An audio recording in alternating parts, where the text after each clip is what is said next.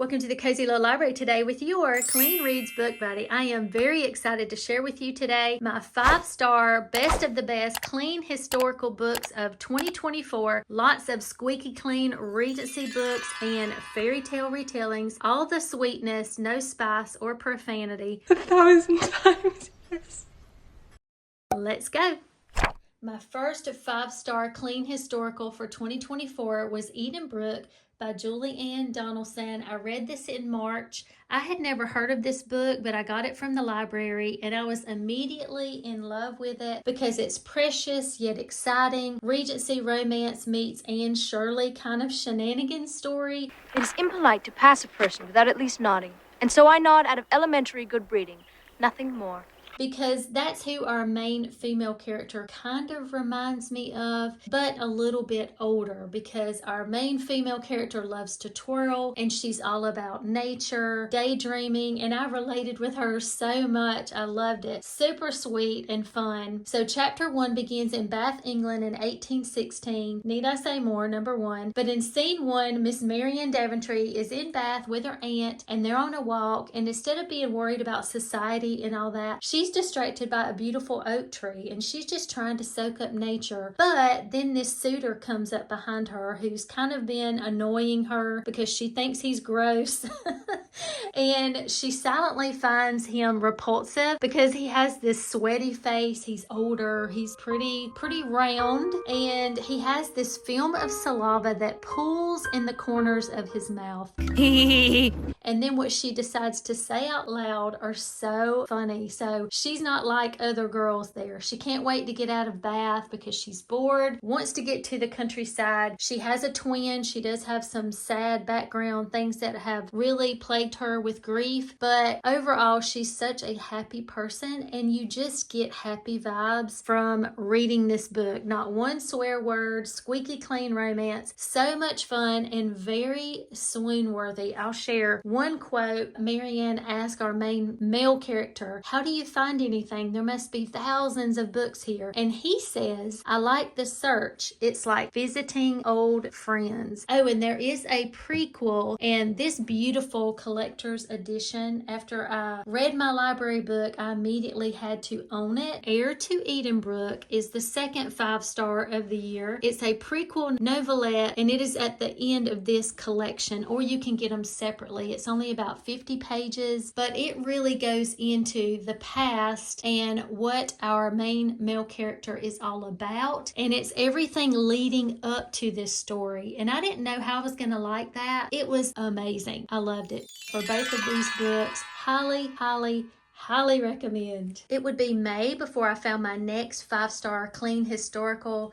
But about that time, I got my Kindle Paperwhite, and with that came Kindle Unlimited, and I was able to read Beauty and the Baron by Joanna Barker, which is book number 1 in the Forever After series. Super cute fairy tale retellings. I did not expect much, but just in this short little story, very delightful, sweet, clean romance. Loved it so much. Once upon a time, Rose Sinclair doesn't have any more options. Her father's in prison. They have to sell the bookshop to pay his debt, and she has no other choice but to go to Henry Covington, the Baron Norcliffe. But he has more than earned his harsh reputation, and so when she has to face his wrath, she knows she has to do it anyway. She's very brave. So cute and sweet. I really enjoyed this. And almost immediately got The Captain and Miss Winter by Sally Britton, book number 2. This one is, of course, most of these in the series are from the Brothers Grimm, fairy tales from the 1830s. And this one is Snow White and Rose Red, I believe. This one has a little snippet from the original fairy tale and just really cute. I appreciated so much the clean romance. This version of these fairy tales, very fun. Loved them a lot. This brings us to August, and Lakeshire Park by Megan Walker was the pick for the August book club on my Patreon. We were all so smitten with this book. We could all just not quit going on and on about how sweet this was and how fun and how swoon worthy. Beware of fainting fits, beware of swoons. This reminded me a lot of Sense and Sensibility, the sisters, the sacrifice that the eldest sister makes for the youngest one. So very sweet, but then there are a lot of things that happen that you don't expect. They are invited to something, they get to this mansion, so it's kind of a forced proximity, but there's just a handful of characters and it was very cozy. But the things that made this Regency era book outstanding were the author's beautiful choice of words, the drama, the sweet romance. There were secrets on both sides. There was a lot of angst and heartbreak. The scenic backdrop was lovely, just perfection. Then the end of August came and I was ready to check out the back list for Sally Britton, and I found that she had the Clairvoir Castle series. This is book number 1, Mr. Gardner and the Governess, a Regency romance, and I was here for it, very excited. A fun, gentle, charming novella.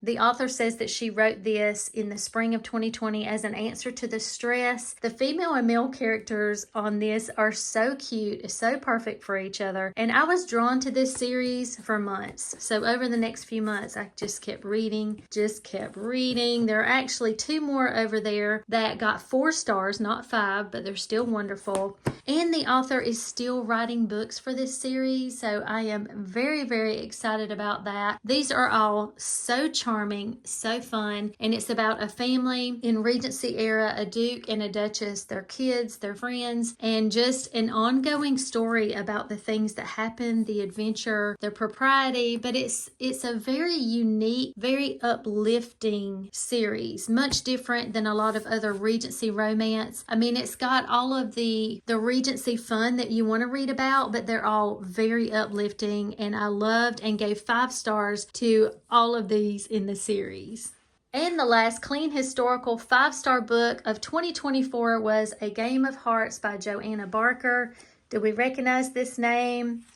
Yes, we do. Yes, we do. We see the pattern here. I'm excited that Joanna Barker has quite the backlist, and I'm excited to read more from her. This happened in September, right in the midst of Hurricane Helene, and I will forever have fond memories of reading this by candlelight. Very stressful, but it helped me completely escape from my world and the stress into the pages of this squeaky clean Regency romance. Now, when I picked it up, read the synopsis, I feared that it would be a little bit too much. Girls can do anything guys can do, girl power, all of that stuff, you know, a little crazy. But Barker was able to pull off a relatable woman who was just tenacious, and she was very talented with just the right amount of independence and spunk without being annoying or like over the top. She also pulled off an equally talented, easygoing gentleman that was harboring a lot of secrets. He was very kind and very fun. Always the gentleman, but he had a lot more going on than anybody around him knew, and even us as the reader, what we know when we're reading this. Such a great guy, swoon-worthy, super clean romance. Love this book so much and couldn't wait to own it. So no profanity, no spice.